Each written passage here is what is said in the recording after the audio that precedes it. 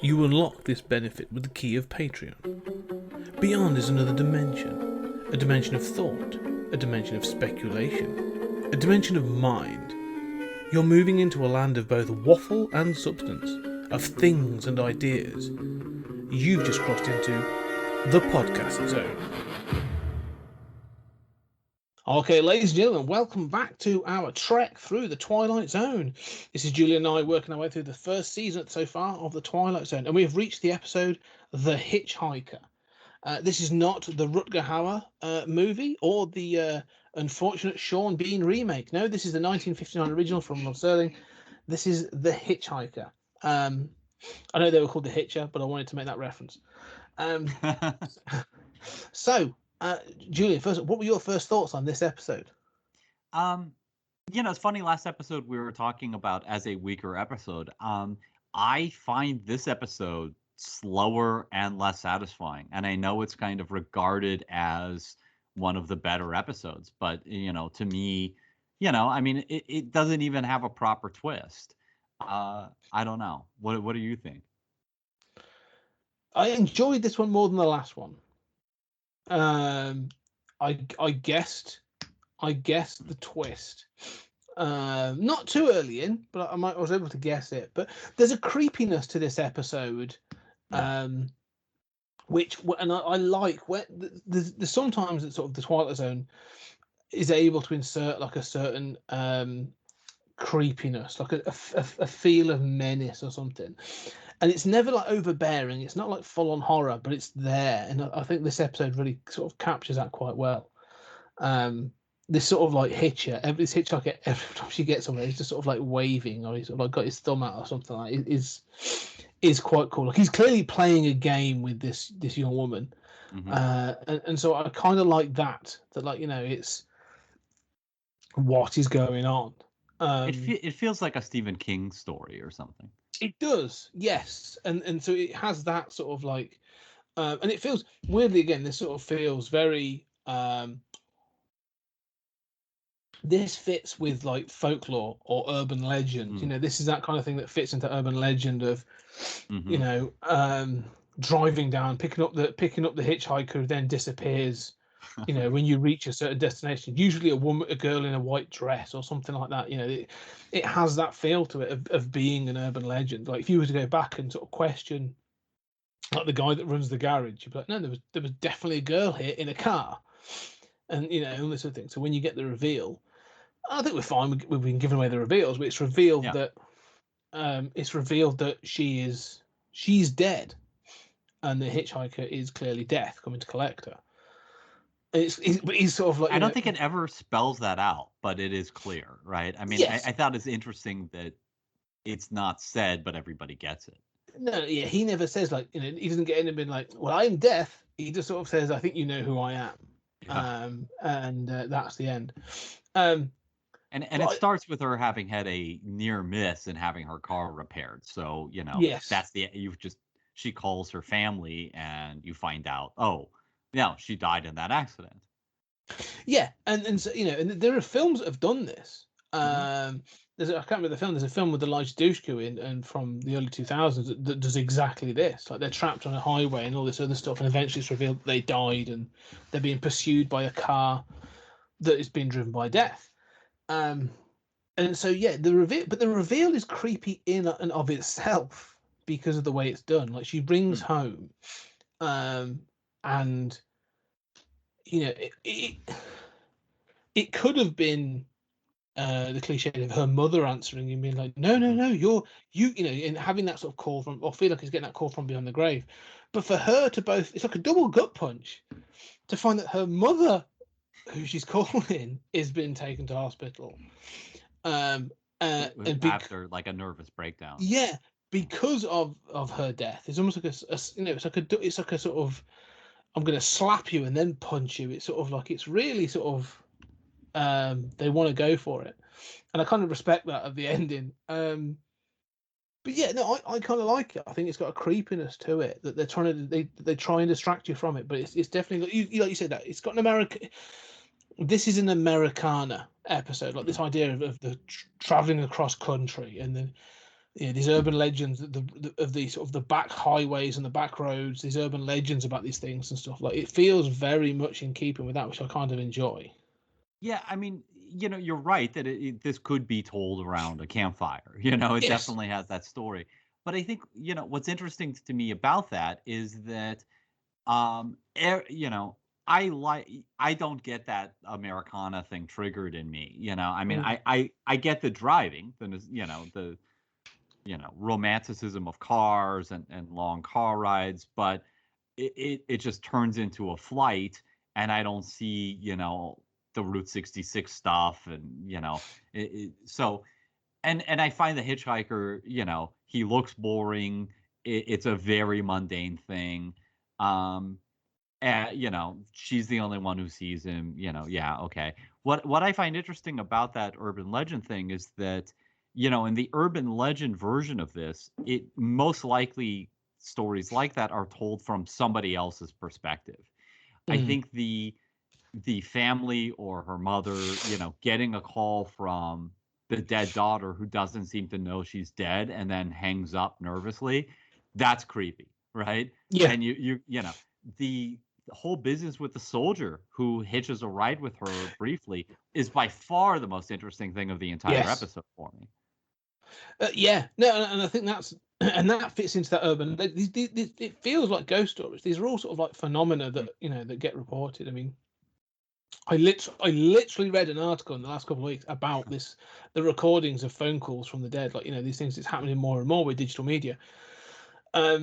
Yeah, that soldier who gets a ride with her, like, that's if anything, like you say, if this was a film like that, you could flip it on its head and there'd be someone collecting these stories. Like, it would start with Mm. the meeting um the family. Yes, we had this phone call and we sort of tracked it back to this phone booth, and you go back to the phone booth, then you sort of meet the guy in the garage, and you can meet the soldier, and you'd piece together this story about, like, well, who is this phantom that they all, this guy got in a car. Like, that's weird. Like, is it?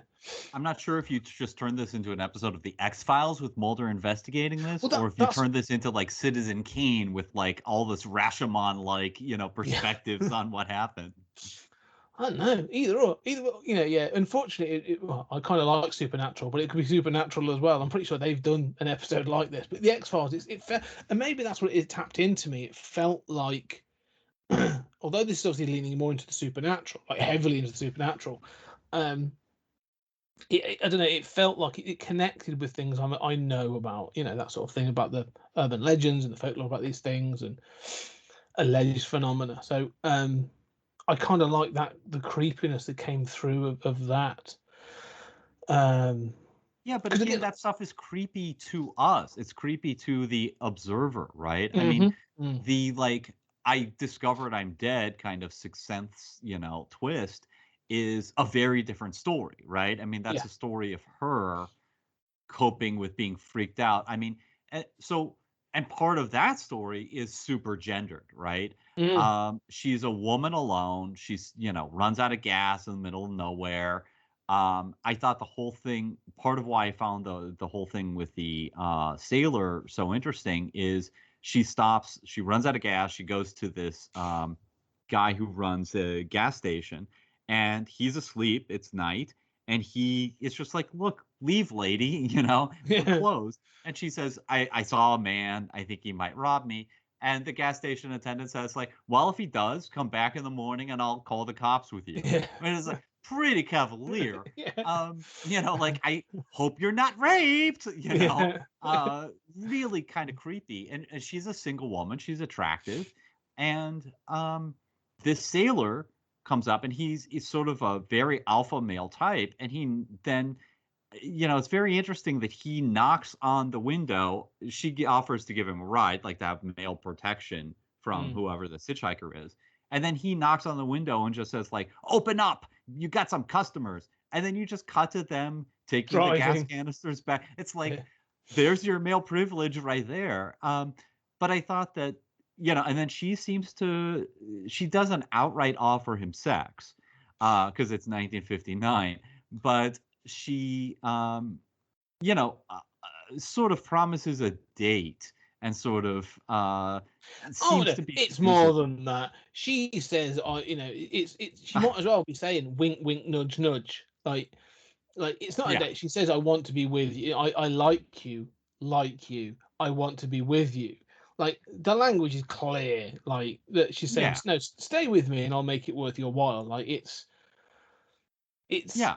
yeah. Which I'll be honest with you, I was a little surprised about. I was like, "Wow, this is quite forward for 1959." Um, but yeah, no, she is. She's, like you say, no, she's willing to keep him Mhm. around, and it freaks him out. I think that's the thing. Like, the sailor.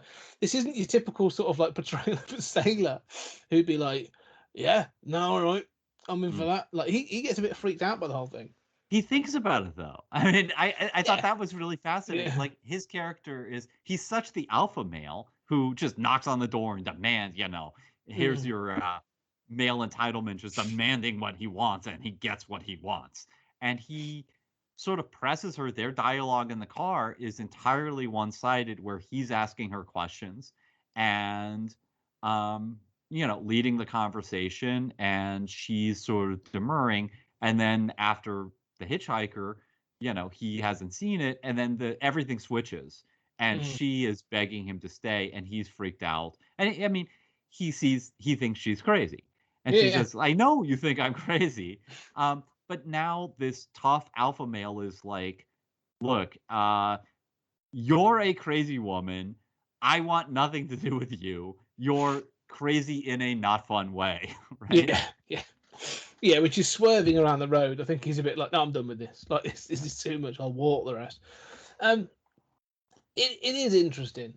The one thing I'd say is about this. Like, we've just talked about obviously the gas station. There's there's the garage, and then obviously the sailor, and obviously the phone as well. There's a physicality to all this. And one of the things I find interesting is, like, it's acknowledged that, or it's clearly indicated that she died several Mhm. weeks ago in this incident. So is it that she's in a repeat cycle? Like, how far is she driven from this incident for her to now be seeing this garage? This guy got into a car that, the seeing something's different. Like the petrol station owner telling her to go away could be like, no, I had an apparition at the door. But like, she is dead. But what is it that is driving? What's the Mhm. element of, what's the level of physicality that she in this vehicle has? Mhm.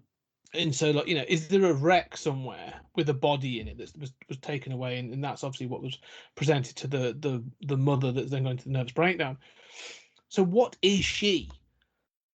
Because the guy he grabs her in the car as well, like Yeah. when she's swerving, like he grabs her and tries to take the wheel from her. So that was interesting to me. I was like, they've given her in this vehicle a physicality. Like the guy at the garage fixes it, so he's put physical parts into this vehicle, because he says he's going to get her a tire and stuff. So he's winched it up. He's done something. Like I'm that bit I'm curious about. Like that still feels like a, if it was going to be full, like in Sixth Sense. I'm going to spoil Mhm. Sixth Sense for you as well right now. When it's revealed, obviously that Bruce, Bruce Willis is dead. Sorry for a film that's 20 Yeah. something years old. Um, you are able to watch back the film and you can see that all the interactions he has are one-sided, Right. or there's you can go, okay, like that's how it works. It's very cleverly done. There's none of that in this, and I think Mhm. that's a bit of a failing. There's nothing where you can go back and go, oh wow, yeah, they no, she's a person in a car. So when the reveal comes, it's a bit of a, you go, oh, that's creepy, but it's also a head scratcher as well, because you're like, well, where does that go then? Yeah. I mean, yeah, and you do see her eating, or at Yeah. least leaving having eaten, and she seems shooken up, and the waiter or whatever the term is says, okay, interacts with her. Again, as you say, she's obviously completely physical at that moment. Um, but I mean, to get at like the urban legend thing, this isn't Large Marge from, Pee-wee's Big Adventure, right? This Yeah. isn't that, because again, you have to have that exterior view of like, this woman died, and Yeah. she's been driving the American highways ever since. So if you see this woman late at night, don't, that's one type of story. This is another sort of Sixth Sense type of story, but as you say, it doesn't quite work as that story either.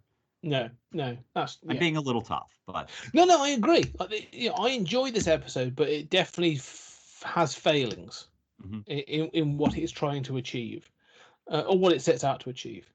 Okay, so anyway, let's wrap on that. So that is the Hitchhiker. Any final thoughts before we sort of wrap on that? not at all.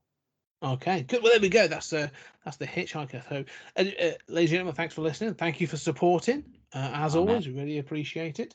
And we shall speak to you in the next episode.